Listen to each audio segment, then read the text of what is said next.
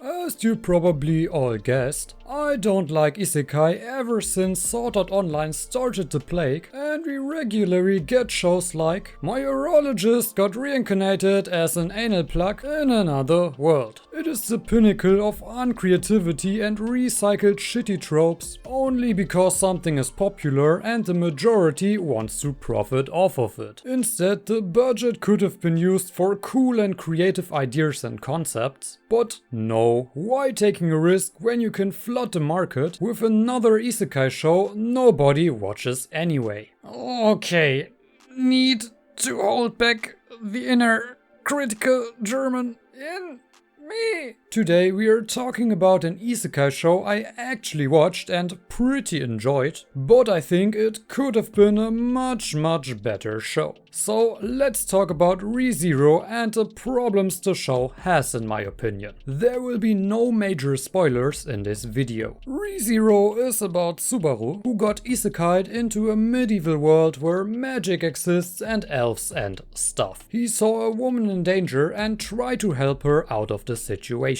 But oh no, he gets killed. Luckily, he has the ability to respawn and do all over again to achieve his goal. With his new power, he gets through this world, meets new friends, learns about the lore and faces so-called deadly sins bishops. Okay, I was too lazy to look up the English word, and in German they are called Todsündenbischof. So yeah, we just roll with that. Those are the main villains that need to be defeated. So yeah, it's the typical isekai stuff, but at least with a twist. The respawn concept. This is the only reason I am watching the show, since the concept is interesting and you can get really creative with it. I feel like this is the only reason the show got popular in the first place. It creates shocking, gory moments that you normally don't see in the typical standard isekai. It automatically raises the stakes and the journey is not a piss-easy walk in the park because the main character is OP as hell. Subaru can actually lose and gets wrecked many times in the series to learn from his mistakes. I really like that aspect of the show, and it is in fact the only reason why I made it that far. Well, this brings me to the everlasting problems the show has, in my opinion, that prevent the show from being very good or great. The by far worst and weakest aspect is the character writing, including some dialogue. Yeah, Subaru is completely fine,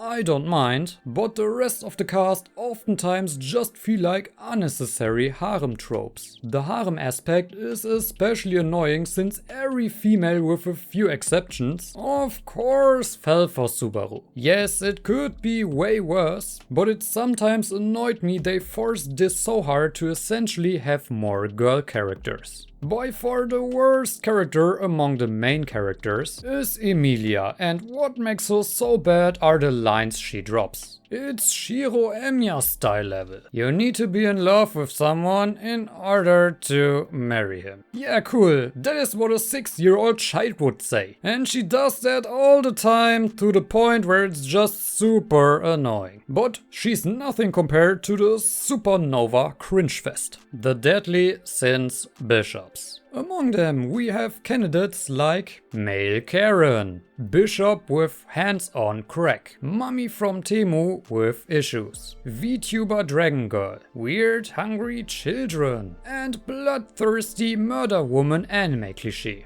Like, I cannot stand it watching them on screen, since the first second they appear in the scene, I just know they won't shut up. But they should just shut up. I cannot bear the cringe. In season 3, they basically all come together and it's like a late night party and everyone is super drunk and just shouts nonsense to each other. It's a shame really that this cool concept is getting clouded by those cringe lords. If they had taken their time to create actual good character writing and motivation for them, the show would have been way more intriguing. Like this, they are just super evil one-time villains that need to be defeated because they are evil! When Subaru, for example, had just one villain to defeat, that is on the intellectual level of, say, L from Death Note, things could have been so much more interesting, and the respawn concept could play out in a psychological 3D chess direction with heavy mind games. Instead, it's psychological terror through cringy, shouted dialogue that is in Subaru's way. I don't know, regarding the villains, it feels like they took the idea of a cliché anime villain trope, but maxed it out to 2000% and gave them crack. This is basically how I feel about these characters, and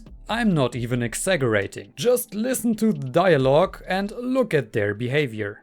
I wonder why season 4 is considered the best season so far with all of the villains being absent. Okay, it has other reasons, and that is clearly because they actually used the respawn concept in a really interesting way. Which brings me to my next point. The respawn concept is cool, but in my opinion they could have done so much more with it and play around with some creative ideas. It's enough used for me personally to still be entertaining, but I sometimes wish there was more. This is what season 4 kind of delivered, and the reason why it's considered the best one so far, which further proves my point that the show is only popular because of the respawn concept. Strip it away and you end up with an average to bad isekai show. Like when it's time to grill but Jürgen has no bratwurst. Nobody would come. So yeah, ReZero has massive character problems in my opinion. Despite that, I still think it's an entertaining show because of the respawn concept that ensures at least some fresh storytelling ideas. That was my opinion. Please give the video a like and subscribe to the channel. Alright guys, see you in the next video. Macht's gut, bis dann. Ciao.